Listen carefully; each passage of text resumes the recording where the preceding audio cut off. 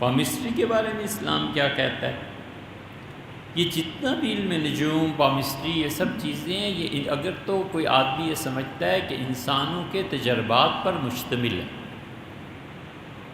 اور ہزاروں سال سے یہ دیکھا جا رہا ہے کہ اس ورد کے کرنے سے یہ اثر پڑتا ہے، یہ ستارہ یہاں سے جب موو کرتا ہے دوسری طرف تو اس کا اثر پڑتا ہے، اور وہ اس کو خود مؤثر نہیں سمجھتا، اور اس کا عقیدہ یہ نہیں ہے، عقیدہ اس کا یہ ہے کہ اللہ ہی نفع اور نقصان کا مالک ہے، اس کی تقدیر اٹل ہے اور وہی چاہے تو بدل سکتا ہے۔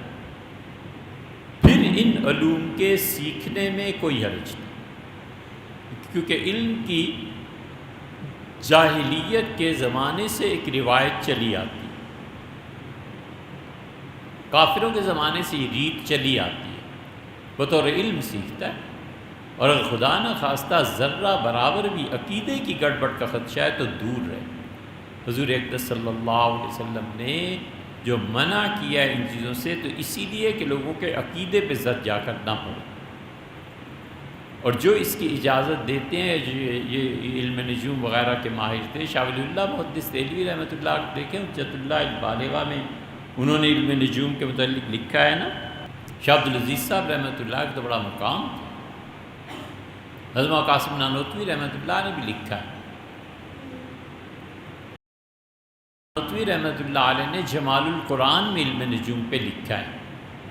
یہ اب دیوبندی جو فتوے دیتے رہتے ہیں، ان میں سے بہت سے مفتیوں نے تو پڑھی ہی نہیں یہ کتابیں، انہیں کیا پتہ کہ انہوں نے کیا لکھا ہے۔ تو جن حضرات نے جواز کا لکھا ہے وہ اسی وجہ سے لکھا ہے کہ ایک علم قدیم سے چلا آتا،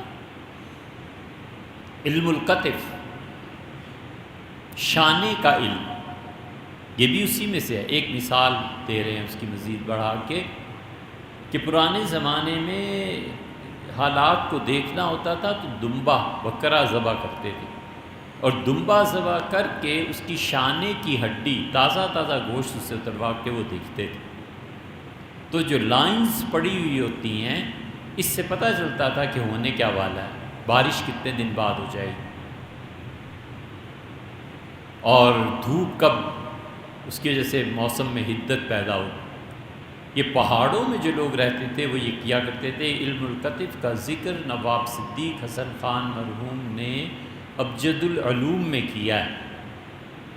اب یہ بھی ایک علم ہے، پیشن گوئیاں کرتے تھے، نواب اکبر بگٹی کو آتا تھا یہ۔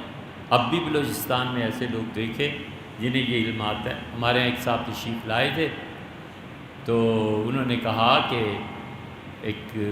ہم نے کہا علم، کہنے لگے ہاں سب آتا ہے۔ ہم نے کہا پھر کیا کریں؟ کہنے لگے دمبا ذبح کراؤ۔ تو دمبا 28,000 کا تھا جسے وہ کہہ رہے تھے۔ تو ہم نے سوچا، ہم نے کیا سوچا، وہی سوچا جو سوچا جاتا ہے۔ تو 28,000 روپے کا دمبا، ان کا اس کی شانے کی ہڈی لے آؤ، میں تمہیں بتاتا ہوں کیا ہو۔ اکبر بگٹی کو آتا تھا، اسی لیے بگٹی کے بیٹے سب یہ کہتے تھے کہ وہ غار میں چلے گئے تو انہوں نے ایک دمبا ذبح کروایا، پھر اسے دیکھا اور پھر کہا کہ میں 1 ہفتے میں مر جاؤں گا، اور وہی ہوا ان کے ساتھ۔ تو یہ علم کی ساری قسمیں قدیم سے چلی آتی ہیں۔ اسلام اس کو اس وقت منع کرتا ہے جب اس کو عقیدے میں مؤثر ہونے لگے، عقیدہ نہ برباد ہو اور حق تعالیٰ شانوں پہ پورا یقین ہو تو کوئی حرج نہیں چیز۔